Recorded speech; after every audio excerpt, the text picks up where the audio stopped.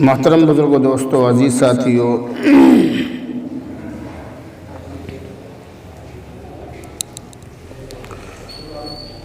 اللہ تبارک و تعالی نے انسان کو جو پیدا فرمایا تو مسلمان کا کام ہے اللہ کی بندگی کرنا، اپنے آپ کو بندہ بنا کر اللہ کے سامنے ظاہر کرنا، یہ مسلمان کا کام ہے۔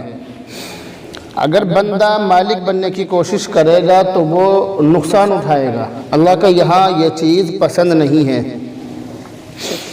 اللہ کے نبی علیہ السلام نے حدیث کے اندر ارشاد فرمایا، حضرت ابو ہریرہ رضی اللہ تعالی عنہ سے یہ حدیث مروی ہے۔ اس کے اندر اللہ کے نبی علیہ السلام ارشاد فرماتے ہیں کہ اللہ تعالیٰ فرماتا ہے، یعنی یہ حدیث قدسی ہے، اللہ تعالیٰ فرماتا ہے، الکبر ردائی، گھمنڈ کرنا، تکبر کرنا یہ میری چادر ہے۔ الکبر ردائی، گھمنڈ، تکبر، کبر یہ میری چادر ہے۔ اللہ تعالیٰ اس حدیث کے اندر یہ ارشاد فرما رہے ہیں کہ گھمنڈ کرنا یہ میری ہی شان کو زیبا ہے، تکبر کرنا یہ میری ہی شان کو زیبا ہے، میں ہی تکبر کر سکتا ہوں۔ فمن نازعنی ادخلتہ النار، جو مجھ سے اس کو چھینے گا میں اس کو جہنم میں داخل کر دوں گا۔ ایک حدیث میں ہے قذفتہ فی النار، میں اس کو جہنم میں ڈال دوں گا، جہنم میں ٹھونس دوں گا۔ تو اللہ تعالیٰ خود اس بات کو ارشاد فرما رہے ہیں کہ گھمنڈ صرف مجھ پر ہی زیبا دیتا ہے، مجھ پر ہی گھمنڈ اچھا لگتا ہے۔ انسان کا کام گھمنڈ کرنا نہیں ہے، انسان کا کام تکبر کرنا نہیں ہے، بلکہ انسان کا کام ہے عاجزی اختیار کرنا۔ انسان کا کام ہے چھوٹا بن کر ظاہر ہونا، ظاہر کرنا، اپنے آپ کو چھوٹا ظاہر کرنا، یہ انسان کا کام ہے۔ انسان کا کام اپنے آپ کو بڑا ظاہر کرنا ہرگز نہیں ہے۔ اگر انسان حد سے زیادہ بڑا بننے کی کوشش کرتا ہے یا کوشش کرے گا تو یہ اس طرح کا معاملہ ہے، یہ جو بڑا بننے کا اور چھوٹا بننے کا جو معاملہ ہوتا ہے، اس میں جس طرح کی آدمی کوشش کرتا ہے آدمی کے ساتھ اس کے خلاف کام ہوتا ہے، کیونکہ اللہ کے نبی کی حدیث ہے۔ اللہ کے نبی حدیث کے اندر ارشاد فرما رہے ہیں، من تواضع للہ رفعہ اللہ، جو اللہ کے لیے جھکے گا اللہ تعالیٰ اس کو بلند کرے گا، اور جو بلندی اختیار کرے گا وضعہ اللہ، اللہ تعالیٰ اس کو گرائے گا۔ جو زیادہ اڑنے کی کوشش کرے گا، زیادہ اونچا بڑھنے کی کوشش کرے گا، اللہ تعالیٰ اس کو گرائے گا، اور جو چھوٹا بن کر زندگی گزارے گا تو اللہ تعالیٰ اس کو عزت نصیب فرمائے گا۔ اللہ کے یہاں پر یہ چیز بہت زیادہ باریکی سے دیکھی جاتی ہے۔ گھمنڈ اللہ تعالیٰ کو پسند نہیں ہے، اسی وجہ سے ٹخنوں سے نیچے پاجامہ رکھنا یہ مسلمانوں کے لیے بالکل منع ہے، کیونکہ ٹخنوں سے نیچے پاجامہ رکھنا یہ گھمنڈ کی پہچان ہے۔ گھمنڈی انسان، تکبر جس کے اندر ہو، متکبر جو انسان ہوتا ہے وہ اپنا پاجامہ ٹخنوں سے نیچے رکھتا ہے۔ پہلے زمانے میں اس طرح کی باتیں ہوا کرتی تھی، اور جو بڑے لوگوں کا جو مزاج تھا، بڑے لوگوں کا جو طریقہ تھا، جو مالدار لوگوں کا طریقہ تھا، وہ یہی تھا کہ وہ اپنی ازار اور اپنی پینٹ وغیرہ پاجامے کو ٹخنوں سے نیچے رکھتے تھے۔ جیسا کہ آپ کو معلوم ہوگا، حضرت عثمان غنی رضی اللہ تعالی عنہ کا واقعہ بہت لمبا واقعہ ہے، جس کے اندر اللہ کے نبی علیہ السلام نے ان کو مکہ مکرمہ بھیجا تھا، تو ان کے چچا زاد بھائی نے یہ کہا تھا کہ تمہارا پاجامہ ٹخنوں سے اوپر ہے، اس کو نیچے کرو، کیونکہ بڑے لوگوں کا شیوا اور بڑے لوگوں کا طریقہ یہ ہے کہ پاجامہ ٹخنوں سے نیچے ہونا چاہیے۔ تو پاجامہ ٹخنوں سے نیچے رکھنا اس لیے منع ہے کیونکہ یہ بھی گھمنڈ کی نشانی ہے، یہ چیز سب لوگوں کے لیے نہیں ہے۔ حضرت ابو بکر صدیق رضی اللہ تعالی عنہ کے بارے میں نے اب سے تقریباً 20 سال پہلے کتاب کے اندر پڑھا تھا کہ ان کا پاجامہ ٹخنوں سے نیچے ہوتا تھا۔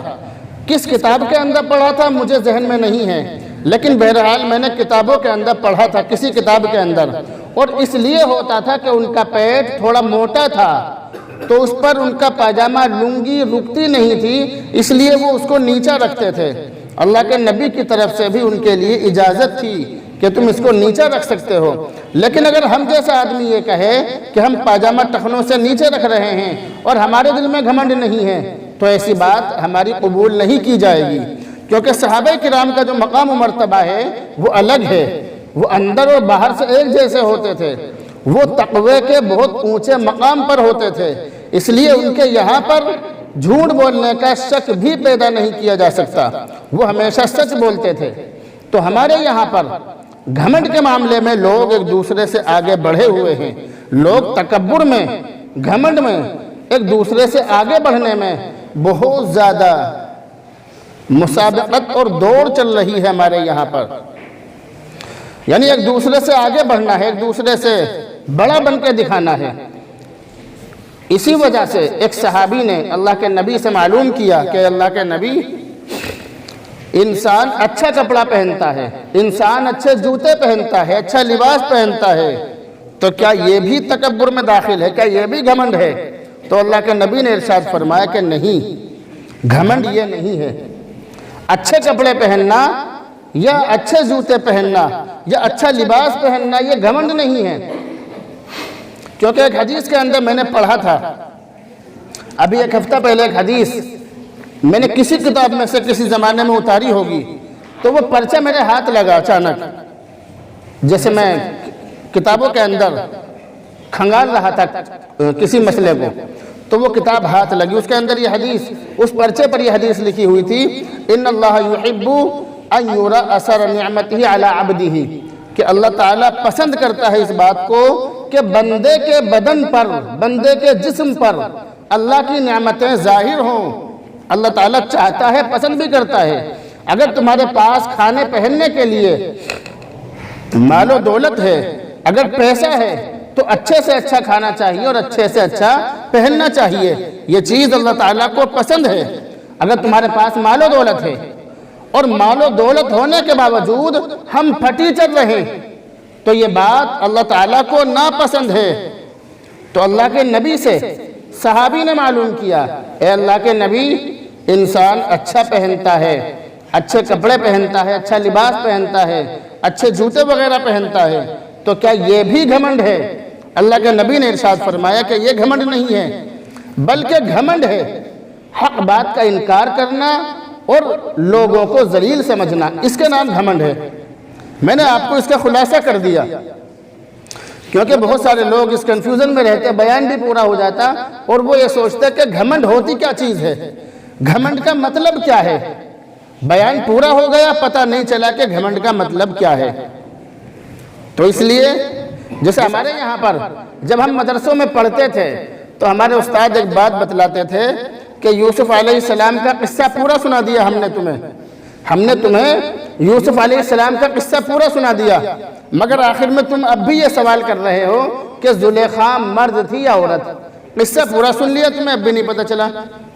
تو ایسا نہ ہو، تو میں نے آپ کو اس لیے بتایا کہ گھمنڈ کس کو کہتے ہیں؟ گھمنڈ کہتے ہیں حق بات کا انکار کرنا اور لوگوں کو ذلیل سمجھنا، اس کا نام گھمنڈ ہے۔ اچھے کپڑے پہننا، بن ٹھن کے رہنا، اس کا نام گھمنڈ نہیں ہے۔ یہ تو اللہ تعالیٰ کو پسند ہے، اللہ تعالیٰ چاہتا ہے کہ بندے پر اس کی نعمتوں کا اثر دکھے۔ اللہ نے بندے کو جو نعمتیں دی ہیں، بندہ ان نعمتوں کا اظہار کرے، ان نعمتوں کو استعمال کرے، یہ چیز تو اللہ تعالیٰ کو بہت پسند ہے۔ لیکن دوسروں کو ذلیل سمجھنا، دوسروں کو حقیر سمجھنا اور حق بات نہ ماننا، اس کا نام ہے تکبر اور گھمنڈ، اور یہ چیز اللہ تعالیٰ کو پسند نہیں ہے۔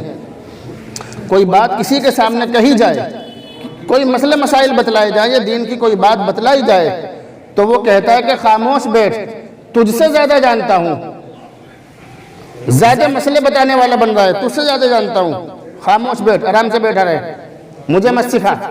اس طرح کی باتیں لوگ کہتے ہیں، اور جبکہ وہ بھی جانتے ہیں کہ ہم جو بات کہہ رہے ہیں وہ غلط ہے اور سامنے والا صحیح بات کہہ رہا ہے، لیکن وہ صحیح بات کو نہیں مانتے بلکہ اپنی غلط بات کو اونچا کرتے ہیں، اس کو تھوپتے ہیں۔ اس کو کہتے ہیں گھمنڈ، اس کو کہتے ہیں تکبر، اور تکبر اللہ تعالیٰ کی چادر ہے، یعنی اللہ تعالیٰ چادر تو اوڑھتا نہیں ہے، لیکن مطلب یہ ہے اس بات کا کہ جس طرح مرد کے لیے، انسان کے لیے چادر خاص ہوتی ہے، اس کا خاص لباس ہوتا ہے، اسی طرح اللہ تعالیٰ کی خاص چیز ہے گھمنڈ، کبر، الکبر ردائی، گھمنڈ، تکبر، کبر میری چادر ہے۔ ایک کتاب کے اندر میں نے ایک قصہ پڑھا اس بارے میں کہ ایک شخص خانہ کعبے کا طواف کر رہا تھا۔ ایک بزرگ نے لکھا ہے اس آدمی کا قصہ، وہ خانہ کعبے کا طواف کر رہا تھا اور بڑے اونچے انداز میں، بڑے اچھے انداز میں، یعنی اس کے سامنے کسی کے کھڑے ہونے کی ہمت نہیں تھی۔ جو اس کے ساتھ لوگ تھے وہ سب کو ہٹا رہے تھے کہ ہٹو ہٹو ہٹو، طواف کرنے دو انہیں۔ طواف کرنے کے لیے اس نے تمام لوگوں کو ہٹا دیا اور خود اس کے جو ساتھ میں لوگ تھے وہ اس کو طواف کروا رہے تھے۔ وہ بزرگ فرماتے ہیں کہ اس واقعے کے، اس طواف کے کچھ دنوں کے بعد میں نے بغداد شہر کے پل پر، جو پل ہوتا ہے، اس پل پر اس کو بھیک مانگتے ہوئے دیکھا، اس آدمی کو جس کے ساتھ اتنے سارے لوگ تھے اور جو طواف دوسرے لوگوں کو نہیں کرنے دے رہا تھا، اکیلا طواف کر رہا تھا اور اس کے ساتھ میں جو موجود لوگ تھے وہ سب کو ہٹا رہے تھے۔ وہ گھمنڈ کے طور پر طواف کر رہا تھا۔ کچھ دنوں کے بعد اللہ نے اسے ایسا بنا دیا کہ وہ بغداد کے پل پر بھیک مانگنے پر مجبور ہو گیا۔ وہ بزرگ فرماتے ہیں کہ میں نے اس سے معلوم کیا کہ تمہاری یہ حالت کیوں ہوئی، کیا وجہ ہوئی؟ تو اس نے کہا کہ میں ایسی جگہوں پر بھی گھمنڈ کرتا تھا کہ جہاں پر گھمنڈ نہیں کرنا چاہیے۔ یہ اس آدمی نے خود اپنی زبان سے بتلایا کہ میں ایسی جگہوں پر گھمنڈ کرتا تھا کہ جہاں پر انسان کو گھمنڈ نہیں کرنا چاہیے، میں وہاں بھی گھمنڈ کرتا تھا، اس لیے یہ حال میرا ہوا۔ تو اللہ تعالیٰ کو یہ چیز پسند نہیں ہے۔ اللہ تعالیٰ کو بندوں کے ساتھ بندوں کا جھکاؤ پسند ہے۔ سامنے والے کے لیے جھک جاؤ، اچھے انداز میں اس سے ملو، خندہ پیشانی سے ملو، اور بھویں چڑھا کر رہنے والا انسان، اونچے مزاج سے رہنے والا انسان، گھمنڈ کے ساتھ رہنے والا انسان اللہ تعالیٰ کو پسند نہیں ہے۔ قرآن کریم کے اندر صاف طور سے لکھا ان اللہ لا يحب المستکبرین، اللہ تعالیٰ گھمنڈ کرنے والوں کو محبوب نہیں رکھتا، پسند نہیں کرتا ہے۔ اللہ تعالیٰ ایسے لوگوں کو ناپسند کرتا ہے جن کے اندر اس طرح کا، جن کا مزاج ہوتا ہے اونچا بننے کا مزاج، اونچا رہنے کا مزاج، الگ دیکھنے کا مزاج، سب لوگوں میں میری الگ پہچان ہو، سب لوگوں میں میں الگ پہچانا جاؤں۔ جس کی اس طرح کی سوچ ہوتی ہے، اس طرح کا مزاج ہوتا ہے، تو ایسا شخص اللہ تعالیٰ کو، اللہ کے رسول کو ناپسند ہے۔ اللہ کے نبی نے جو حدیث میں نے اللہ کے نبی کی سنائی ہے، اس کے اندر یہ فرمایا الکبر ردائی، الکبر، ایک تو ہوتا ہے تکبر، ایک ہوتا ہے کبر۔ تکبر اور کبر یہ دونوں الگ الگ چیزیں ہیں۔ جب ذکر چل ہی رہا ہے تو میں اس کے اندر فرق کیا ہے وہ بھی بتلا دوں۔ کبر کا مطلب ہے دنیاوی نعمتوں پر، یا دنیا کی جو نعمتیں ہیں، راحتیں ہیں، ان تمام چیزوں پر اپنے دل کے اندر، باہر نہیں، صرف دل کے اندر ایک گھمنڈ پیدا ہو جانا، دل کے اندر گھمنڈ پیدا ہو جانا، تکبر پیدا ہو جانا، اس کو کہتے ہیں کبر۔ اور تکبر کا مطلب ہے اس گھمنڈ کو اظہار کرنا، ظاہر کرنا۔ تو کبر کا مطلب ہے جو اندر پل رہا ہے ہمارے، اس کو کبر کہیں گے، اور جب وہ باہر نکل کے سامنے والے پہ تھوپا جائے گا، جب سامنے والے کو ذلیل سمجھا جائے گا، تو وہ ہے تکبر۔ تو اللہ کو کبر بھی پسند نہیں ہے، یعنی ہمارے دل کے اندر بھی گھمنڈ ہو یہ بھی پسند نہیں ہے۔ سامنے والے کو گھمنڈ دکھانا یہ تو بہت بڑی بات ہے، یہ چیزیں اللہ تعالیٰ کو بالکل بھی پسند نہیں ہیں۔ اور ہم تو بہت بڑے گناہگار ہیں، ہم تو بہت بڑے گناہگار ہیں، خطاوار ہیں، ہم تو ہر وقت گناہ کرتے رہتے ہیں۔ ہماری پوری زندگی صبح سے شام تک، اور سوتے وقت بھی اور صبح کو اٹھتے ہی ہمارے ہاتھوں میں موبائل ہوتے ہیں، گناہ کے کام ہم دن رات کرتے رہتے ہیں۔ ان کے بارے میں سنو، ان کے بارے میں سوچو، جو بہت بڑے عالم دین ہوا کرتے تھے، جو بہت بڑے اللہ والے ہوا کرتے تھے، ان کی اللہ تعالیٰ تھوڑی سی باتوں پر پکڑ فرما لیا کرتے تھے۔ چنانچہ حضرت ابو عبداللہ اندلسی رحمت اللہ علیہ، حضرت ابو عبداللہ اندلسی رحمت اللہ علیہ بہت مشہور عالم دین ہیں، بہت مشہور بزرگ تھے اپنے زمانے کے۔ 30,000 حدیثیں ان کو بغیر دیکھے یاد تھی، 30,000 حدیثیں۔ اور جب وہ راستے میں چلتے تھے تو شاگردوں کا بہت بڑا مجمع ان کے ساتھ چلا کرتا تھا. بہت بڑے عالم دین تھے، اپنے زمانے کے بہت بڑے ولی تھے، بہت سارے ان کے شاگرد تھے، اور عراق کے اکثر لوگ ان کے شاگرد تھے. ایک مرتبہ جا رہے تھے تو وہ ہماری طرح تو تھے نہیں کہ جہاں کو چاہا اکیلے ہی بھاگ لیے، بلکہ ان کا معاملہ یہ تھا ان کے ساتھ 200 400 500 1000 2000 اس طرح اتنے علماء، عام لوگ نہیں، اتنے علماء ان کے ساتھ ہوتے تھے. جب وہ راستے میں چلتے تھے ہزاروں علماء کا مجمع ان کے ساتھ چلا کرتا تھا. حضرت شبلی رحمت اللہ علیہ جیسے ان کے شاگرد تھے، بہت بڑے عالم دین تھے. وہ ایک مرتبہ عیسائیوں کی بستی سے ان کا گزر ہوا، عیسائیوں کی بستی سے. انہوں نے یہ دیکھا کہ یہ عیسائی لوگ اللہ کے علاوہ دوسری چیزوں کی پوجا کر رہے ہیں. انہوں نے جب یہ چیز دیکھی تو ان کے دل میں یہ بات آئی کہ یہ بہت حقیر اور ذلیل لوگ ہیں، اللہ کی عبادت نہیں کر رہے، اور ایک ہم ہیں، ہم اللہ کی عبادت کر رہے ہیں. بس یہ بات ان کے دل میں آئی. بستی سے باہر نکلے، ایک کنواں تھا، کنویں پر پانی پینے کے لیے جیسے ہی پہنچے تو وہاں پہنچتے ہی ایک لڑکی پر ان کی نگاہ پڑی، اور نگاہ پڑتے ہی اس پر عاشق ہو گئے. اس کے بعد وہیں پر سارے کے سارے لوگ بیٹھ گئے، وہ بھی اور ان کے ساتھ جتنے علماء تھے سب بیٹھ گئے. حضرت ابو عبداللہ اندلسی اپنی نگاہ نیچی کیے ہوئے خاموش بیٹھے ہیں، کچھ نہیں بول رہے. تو حضرت شبلی رحمت اللہ علیہ نے ان سے معلوم کیا، ہمت کر کے معلوم کیا کہ شیخ صاحب کیا بات ہے، کیوں خاموش بیٹھے ہو؟ تو انہوں نے یہ کہا کہ میرے دل سے ولایت نکل چکی ہے، یعنی میں ولی تھا اللہ کا، لیکن میرے دل سے ولایت نکل گئی، میرے دل سے تمام حدیثیں بھلا دی گئی ہیں، قرآن کریم میرے دل سے بھلا دیا گیا ہے. اب میں کچھ نہیں ہوں، اب میرے پاس کچھ نہیں ہے، میں ایک عام سے انسان ہو گیا ہوں. یہ بات انہوں نے کہی، اور میں اس گاؤں سے نہیں جاؤں گا، میں یہیں پر ہی رہوں گا. کنویں پر جو میں نے خوبصورت لڑکی دیکھی تھی میں اس پر عاشق ہو گیا ہوں، میں اس سے شادی کروں گا. جب یہ بات انہوں نے سنی تو سارے کے سارے شاگرد دہاڑے مار مار کر رونے لگے، اور روتے ہوئے اپنے جہاں پر وہ رہتے تھے وہیں چلے گئے، شیخ صاحب کو وہیں چھوڑ کر. اس کے بعد 1 سال کے بعد شاگرد جب واپس آئے کہ دیکھیں ہمارے حضرت کا کیا حال ہے، وہاں واپس پہنچے تو دیکھا کہ حضرت کے گلے میں صلیب لٹکی ہوئی ہے، عیسائیوں کا نشان لٹکا ہوا ہے، اور عیسائی بن گئے. عیسائیوں کی ساری نشانیاں اپنے بدن پر لٹکائی ہوئی ہیں، اور ہاتھ میں جو ڈنڈا تھا، جو عصا تھا، جسے ہاتھ میں لے کر وہ جمعہ کی نماز پڑھایا کرتے تھے اور خطبہ دیا کرتے تھے اور شاگردوں کو پڑھایا کرتے تھے، اس عصا سے، اس لاٹھی سے خنزیر چرا رہے ہیں، سور چرا رہے ہیں اس لاٹھی سے. جب انہوں نے یہ دیکھا تو ان کی چیخیں نکل گئی شاگردوں کی، اور یہ کہا کہ حضرت آپ یہ کیا کر رہے ہیں؟ جیسے ہی شیخ صاحب نے اپنے مریدوں کو دیکھا تو یہ کہا اے میرے مولا، کیا اب بھی میری توبہ کا وقت نہیں آیا؟ یہ اللہ سے انہوں نے کہا، اور بہت زار و قطار روئے، بہت زیادہ روئے. شاگرد بھی روئے، استاد بھی روئے، شیخ صاحب روئے.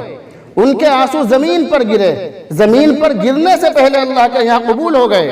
اللہ تعالیٰ نے ان کو واپس وہی ولی بنا دیا، اور ولی بنانے کے بعد اللہ تعالیٰ نے ان کو ولایت کے اسی مرتبے پر پہنچا دیا، بہت بڑا ولی بنا دیا. یہ لکھا ہے کتابوں کے اندر کہ پہلے سے زیادہ بڑا ولی بنا دیا اللہ تعالیٰ نے انہیں. اس کے بعد حضرت شبلی رحمت اللہ علیہ نے ان سے یہ کہا، بڑی ہمت کر کے بیان کر رہا ہوں، مطلب ہو نہیں پا رہے مجھ سے. شاگردوں نے ان سے یہ کہا کہ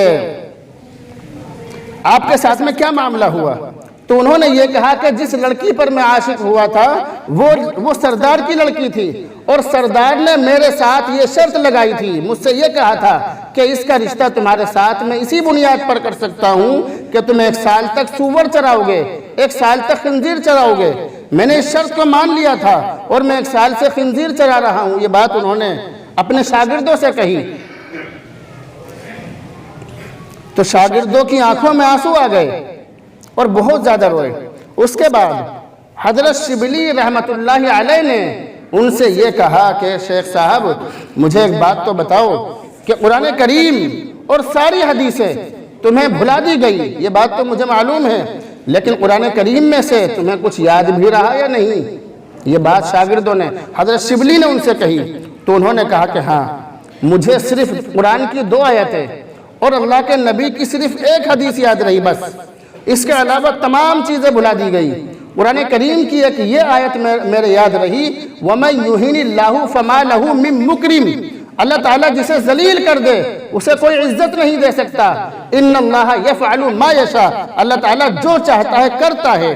اور دوسری میرے یہ آیت یاد رہی، وَمَن يَتَبَدَّلِ الْكُفْرَ بِالْإِيمَانِ، جس نے ایمان کے بعد میں کفر اختیار کر لیا، جو مومن بننے کے بعد کافر بن گیا، فَقَدْ ضَلَّ سَوَاءَ السَّبِيلِ، تو اس نے بہت برا راستہ اختیار کیا، وہ گمراہ ہو گیا۔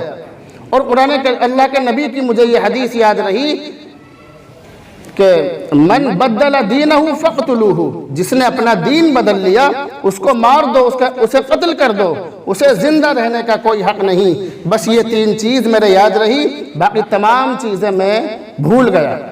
تو حضرت شبلی نے ان سے یہ کہا کہ تمہارے ساتھ میں ایسا کیوں ہوا، مجھے یہ بھی بتاؤ تمہارے ساتھ میں ایسا کیوں ہوا؟ تو انہوں نے یہ کہا کہ جب ہم عیسائیوں کی بستی سے گزر رہے تھے تو میرے دل میں یہ بات آئی تھی کہ یہ عیسائی بہت حقیر اور ذلیل قوم ہے، اللہ کی عبادت نہیں کر رہے، اللہ کو چھوڑ کر دوسری چیزوں کی پوجا کر رہے ہیں، اور ایک ہم ہیں کہ ہم اللہ کی عبادت کر رہے ہیں۔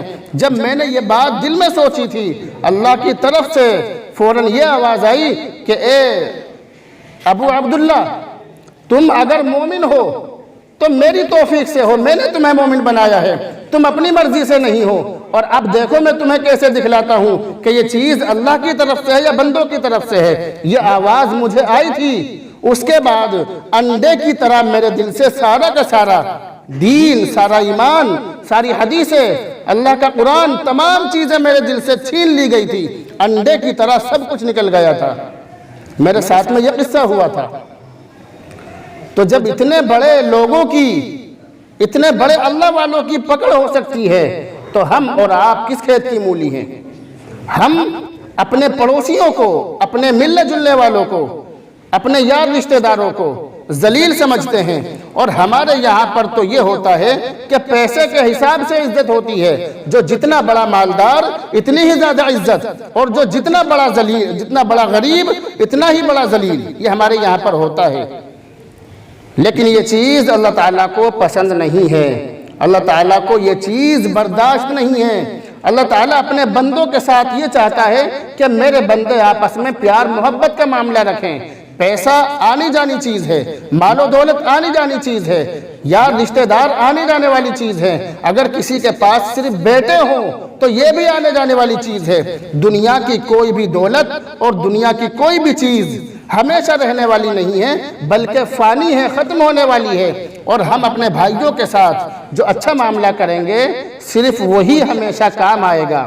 اسی لیے میں نے ایک حدیث پڑھی تھی، اللہ تعالیٰ کی حدیث قدسی جسے کہتے ہیں، الکبر ردائی، کہ کبر یعنی گھمنڈ، تکبر یہ میری چادر ہے، فمن نازعہ، جو مجھ سے اس چادر کو چھینے گا یعنی جو گھمنڈ کرے گا، ادخلتہ النار، میں اسے جہنم میں داخل کر دوں گا۔